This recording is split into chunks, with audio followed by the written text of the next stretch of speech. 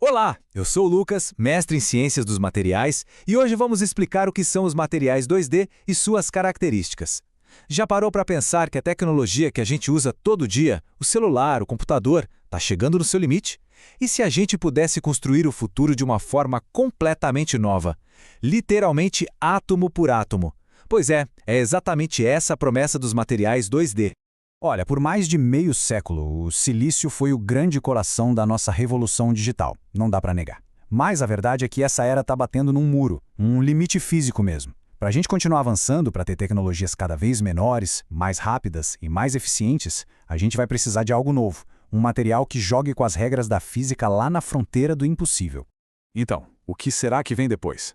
E não, isso aqui não é coisa de filme de ficção científica não. A gente está falando de celulares que dobram como se fossem papel, de computadores que gastam uma fração da energia que gastam hoje, de chips que conseguem imitar o nosso cérebro para criar uma inteligência artificial muito mais poderosa, e até sensores que podem detectar uma doença a partir de uma única molécula. É essa promessa que a gente vai desvendar agora. Ok, vamos mergulhar de cabeça nisso. A grande chave para esse futuro todo está nos chamados materiais bidimensionais, ou simplesmente materiais 2D. E para entender o que eles são, a gente precisa pensar pequeno. Tipo, muito, mas muito pequeno. A definição é exatamente o que parece, sabe? É um material que é basicamente só superfície. Ele não tem espessura. Pensa numa folha de papel, só que infinitamente mais fina. Nesses cristais, os elétrons não têm para onde ir para cima ou para baixo. Eles só conseguem se mover para os lados. É como se fosse uma mesa de sinuca atômica. E essa pequena restrição, ela muda absolutamente tudo. No material comum, tridimensional, que a gente chama de bulk, os elétrons passeiam livremente para todas as direções. Mas, quando a gente força eles a ficarem presos nesse plano 2D, as regras do jogo mudam completamente. A mecânica quântica entra em campo com força total. É o que chamamos de confinamento quântico, e é ele que faz com que propriedades totalmente novas e extraordinárias simplesmente apareçam do nada. Propriedades que seriam impossíveis no nosso mundo 3D. E o mais legal é que a gente não está falando de um único material. Nada disso. A gente está falando de uma família inteira, super diversificada. Desde o grafeno, que foi o primeiro, o pioneiro, até centenas de outros materiais que já foram descobertos e até criados em laboratório. Agora, olha que legal essa imagem. Ela mostra bem essa variedade. Temos de tudo: metais, supercondutores, semicondutores, isolantes, cada um com uma estrutura, com um jeitão próprio e um conjunto de propriedades único. É como ter uma caixa de Lego em escala atômica para montar a próxima geração de tecnologia. Então vamos conhecer essa família? O grafeno é o popstar, né? Um condutor de eletricidade e calor fora de série. Aí temos os TMDs, que são semicondutores natos, perfeitos para construir os transistores do futuro. Os Xenis são bem diferentões, porque suas propriedades mudam dependendo da direção que a gente olha, o que é incrível para a spintrônica e optoeletrônica. Temos os isolantes, como o grafeno branco, que funcionam como a base, o alicerce perfeito para montar os circuitos. E por fim, os Mi-Xenis, que são metálicos e gostam de água, o que dá a eles um potencial enorme para baterias e supercapacitores. Certo, mas por que todo esse alvoroço? Na prática, como é que esses materiais conseguem superar o bom e velho silício que move nossa tecnologia há décadas? Bom, a resposta está em resolver o maior gargalo da eletrônica hoje em dia.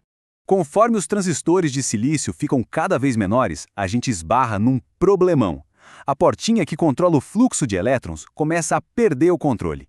Imagina uma torneira que não fecha direito, que fica sempre pingando. É isso.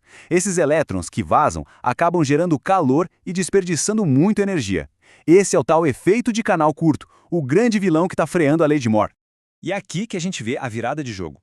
Um canal feito de material 2D, com a espessura de um único átomo, dá um controle quase perfeito sobre os elétrons. Adeus vazamentos. A superfície dele é lisinha, o que deixa os elétrons passarem muito mais rápido. E claro, a flexibilidade dele abre as portas para um mundo de eletrônicos dobráveis, vestíveis. Em resumo, uma melhora em todos os sentidos. E as aplicações vão muito, mas muito além de computadores mais rápidos. O impacto é profundo em quase todos os setores que se possa imaginar. Na área de energia, com baterias que podem carregar em segundos. Na biomedicina, com biosensores supersensíveis. E na computação, com chips que conseguem imitar as conexões do nosso cérebro, as sinapses, para uma inteligência artificial muito mais eficiente. O impacto ambiental também pode ser gigantesco. Os materiais 2D podem ser usados como catalisadores super eficientes para produzir hidrogênio verde, podem permitir baterias com muito mais capacidade e até ajudar a capturar CO2 da atmosfera. E olha, só o fato de a eletrônica passar a consumir menos energia já representa uma economia absurda em escala global. Com tanto potencial assim, a pergunta é inevitável. Se esses materiais são tão revolucionários, por que a gente ainda não tem eles nos nossos bolsos, né? A resposta está na jornada, que é bem complexa, de tirar uma ideia do laboratório e levar para uma linha de produção em massa. Essa é a pergunta de $1 milhão. E pode ter certeza que a comunidade científica e a indústria estão correndo contra o tempo para responder isso. O potencial é claro, ninguém duvida, mas produzir em larga escala materiais perfeitos, com a espessura de um mísero átomo, isso é um desafio de engenharia monumental. Basicamente, o caminho para o mercado passa por 3 grandes desafios. Primeiro, a síntese. A gente precisa aprender a cultivar essas folhas atômicas perfeitas em áreas gigantes.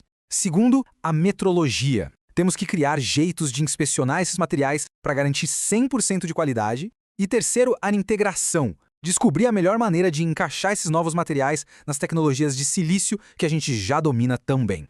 Mas a boa notícia é que já existe um roteiro. As principais agências de tecnologia do mundo estimam que os primeiros produtos de nicho, talvez em sensores ou aparelhos de baixo consumo, devem chegar no mercado lá para o final desta década. E a partir de 2035, aí sim a gente pode esperar uma adoção bem mais ampla, revolucionando a eletrônica de ponta. E isso tudo nos leva a uma reflexão, né? Com o poder de impactar desde a computação quântica até a energia limpa e a medicina, qual invenção baseada em materiais 2D vai, na sua opinião, transformar mais o nosso mundo? O futuro está, sem dúvida, sendo escrito em escala atômica. Se você gostou do vídeo, curte, comente e compartilha. Não se esqueça de se inscrever no canal e até a próxima.